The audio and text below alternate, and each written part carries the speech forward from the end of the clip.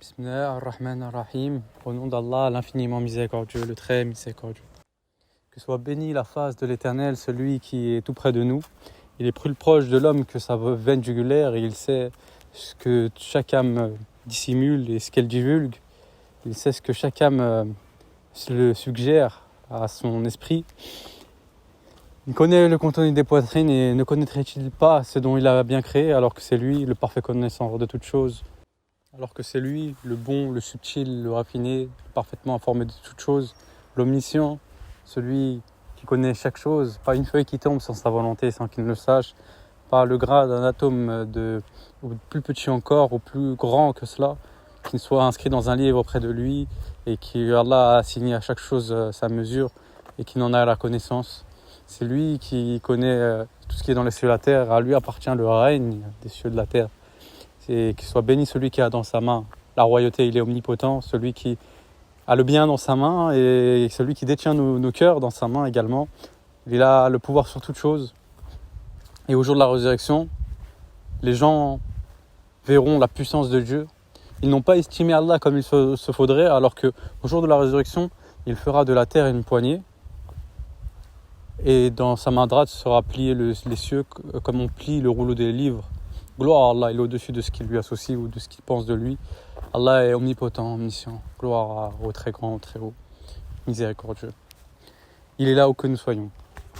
Alors aujourd'hui, nous allons faire une vidéo à propos de la présence de Dieu, sa miséricorde, son omniscience. Finalement, Dieu est avec nous où que nous soyons, mais c'est nous qui sommes inattentifs à ses signes, à son langage que tous les jours il nous adresse, à toute quelconque émotion qui est négative pour nous et que nous nous laissons entraîner dans le ouest-ouest et l'obscurité du mal quand elle s'approfondit. Alors que Dieu est la lumière des cieux de la terre et tout bien vient de lui et tout mal vient de nous. Louange au Seigneur, Masha'Allah. Alors Dieu, bienheureux est celui qui éprouve la présence de celui qui est. Celui qui dit à Moïse dans l'Exode, je suis l'Éternel, je suis le Dieu de tes pères, Abraham, Isaac, Jacob, je suis celui qui est. Allah se qualifie comme celui qui est. Il est sans que rien ne soit sans lui. Comprenez-vous que c'est lui le vivifiant, celui qui a donné forme à toute chose et lui a inspiré sa nature. De ce fait, sans lui, il n'y a. Il est donc le premier, le dernier, l'apparent, le caché, il est l'omniscient. C'est lui qui a créé l'homme et qui le connaît le mieux. Et c'est lui qui est le créateur des cieux et de la terre au commencement, qui est le créateur des anges, des djinns, des hommes. Et c'est lui qui a tout inscrit dans un registre, une tablette préservée auprès de lui où tout est inscrit, pas un fait qui soit petit ou grand qui n'est renseigné dans ce livre. Et la plume qui a servi à écrire, le kalam qui a servi à écrire ce livre est sec à propos de la science de Dieu, parce que Dieu, sa parole est un océan infini. Ainsi, Dieu est toujours avec nous. Là où que je vous parle, il est ici avec moi et avec vous. Il est plus proche que ma veine jugulaire. Il me voit, il m'entend, il est celui qui observe tout. Et au jour de la résurrection, il m'informera de toutes ces paroles que je vous dis et que nous faisons chaque jour. Et c'est ça la subtilité à celui qui éprouve la présence du Seigneur. Car celui qui l'éprouve la présence du Seigneur, eh bien heureux soit-il. Parce que c'est un éveillant en Dieu. Et c'est ce qui nous incombe à chacun, d'être éveillant en Dieu. Après, les gens préfèrent suivre les passions ou quoi que ce soit, et c'est Dieu qui permet de s'éveiller en lui. Et cette société est tout amenée à, justement, que vous ne vous éveillez pas votre âme en Dieu. Avec les passions, avec le moule de la société, comment elle est régie, le diable et ses suppôts ont fait en sorte que les hommes leur action leur soit enjolivée. Et des communautés avant nous ont été égarées. Et justement, Satan a cette expérience avec les hommes et la société qui est faite telle qu'elle égare du droit chemin. Et c'est tout le but. Voilà, il y a un verset dans le Coran qui dit « C'est vous qui cherchez à que nous ne croyons pas jour et nuit ». Eh bien justement, ce monde est bâti sur l'iniquité, sur le péché. Et on ne peut pas servir Dieu et le monde. c'est soit on regarde les cieux et la terre, soit on regarde la terre, soit on regarde les cieux. On ne peut pas regarder les deux en même temps. Et c'est là certaines âmes choisissent l'ici-bas, délaissant l'au-delà, bien que Allah nous incombe, nous invite à nous dire Seigneur, accorde-moi belle part ici-bas et belle part dans l'au-delà, et écarte-moi du châtiment du feu. Car le châtiment du feu est vraiment un supplice implacable et terrible. Il brûle les crânes, il noircit la peau. C'est vraiment... Il faut vraiment avoir conscience de notre insouciance. Alors, Dieu nous dit qu'il est avec nous. S'il est avec nous, eh bien nous sommes vainqueurs. S'il nous délaisse et que Dieu tourne sa face vers nous, eh bien nous sommes vainqueurs. Dieu nous dit dans la sourate 03, la famille d'Imran, au verset 160, « Si Dieu vous donne son secours, nul ne peut vous vaincre. S'il vous abandonne, qui donc après lui vous donnera secours ?» C'est en Dieu que les croyants placent leur confiance. Justement, c'est tout un paradoxe avec le secours de Dieu. Dieu nous dit que c'est lui le secoureur. Il y a même une sourate qui est le secours. Lorsque vient le secours d'Allah et que les gens entrent en foule dans la religion d'Allah, alors par la louange de ton Seigneur, célèbre sa gloire et implore son pardon, car c'est lui le plus accueillant en repentir. Justement, le secours de Dieu, c'est sa présence, c'est quand il vous arrache des ténèbres à la lumière, quand il vous secourt du peuple infidèle, quand il vous secourt de la domination d'une ethnie, comment dire, oppressante, tyrannique, despotique, comme Pharaon avec les fils d'Israël, comme aujourd'hui les Ouïghours avec le régime chinois, et que j'en passe, beaucoup d'ethnies qui sont, tyrannisées, martyrisées, parce qu'ils disent nous croyons en Allah, le sage, le digne de louange, Al-Aziz, Al-Hamid. Et du coup, Allah nous dit, Mashallah, différents versets où il parle de sa présence et sa proximité. Dans la sourate 8, au verset 12, lorsque Allah envoie des anges, voilà ce que notre Seigneur révéla. Bismillahirrahmanirrahim. Et ton Seigneur révéla aux anges, je suis avec vous, affermissez donc les croyants, je vais jeter l'effroi dans les cœurs des mécréants, frappez donc au-dessus des coups et frappez-les sur tous les bouts des doigts. Dieu a dit je suis avec vous aux anges, c'est-à-dire que c'est même les anges, c'est-à-dire que ils ne peuvent bouger le petit doigt si ce n'est par ordre du Seigneur, si ce n'est que si Dieu soit avec eux, car sans lui nous ne pouvons. Et c'est ça en fait, nous les hommes, c'est pareil, c'est le même statu quo. Nous sommes à dans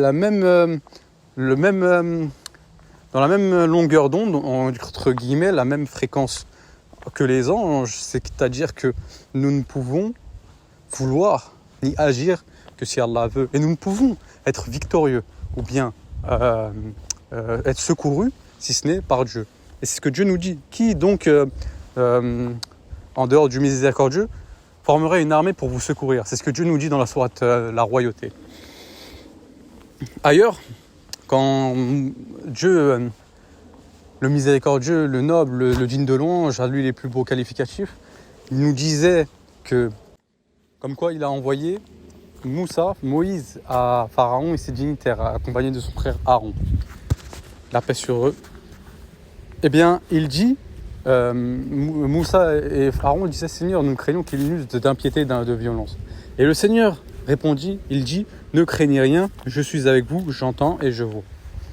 C'est-à-dire que c'est lui l'audient, l'omniscient, le présent, l'omniprésent, l'omniscient. Dieu est avec nous et c'est lui qui a affermi Moïse après sa demande, lorsqu'il dit Seigneur, ouvre-moi ma pratique, facilite ma mission, aidez-nous un homme dans ma langue afin qu'il comprenne mes paroles. C'est lui qui a dit à Moïse, qui a inspiré à Moïse les paroles et qui a fait triompher la vérité. Et qui a jeté le vrai sur le faux, il subjugua et il a anéanti la ruse des magiciens.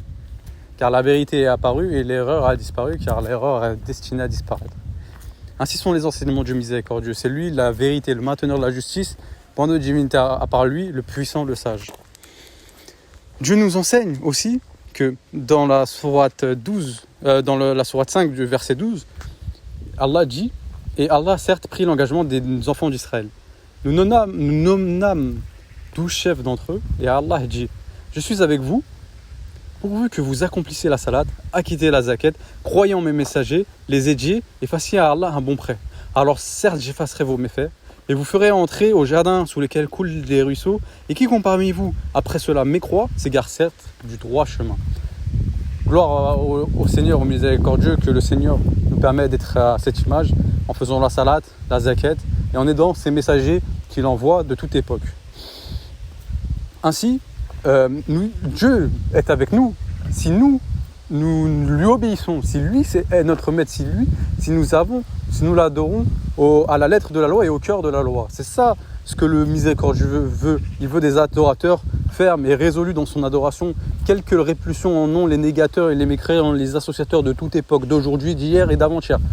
C'est ça ce que le miséricordieux veut. Ce sont des hommes, des vrais, des musulmans, des croyants. C'est ça ce que Dieu veut. Et Dieu, en réalité, se passe de nous, car lui se suffit à lui-même. Et nous ne pouvons nous suffire à nous-mêmes. C'est Dieu que nous avons besoin. Pour que lui seul nous suffit, et lui se suffit à lui-même. Gloire à Dieu. Également, et pour finir sur cette synthèse, sur cette courte dépêche, ce court enregistrement, Dieu nous dit, oh, vous qui avez cru, ne dites pas Reina, entretiens-nous, mais dites Unzurna, veille sur nous, et soyez à l'écoute. Et pour les mécréants, il y a un tourment douloureux. Unzurna, on peut le traduire par regarder, considérer, envisager, examiner, contempler, observer. Et Raina, faire paître, observer, conserver, entretenir, garder, favoriser en quelque sorte.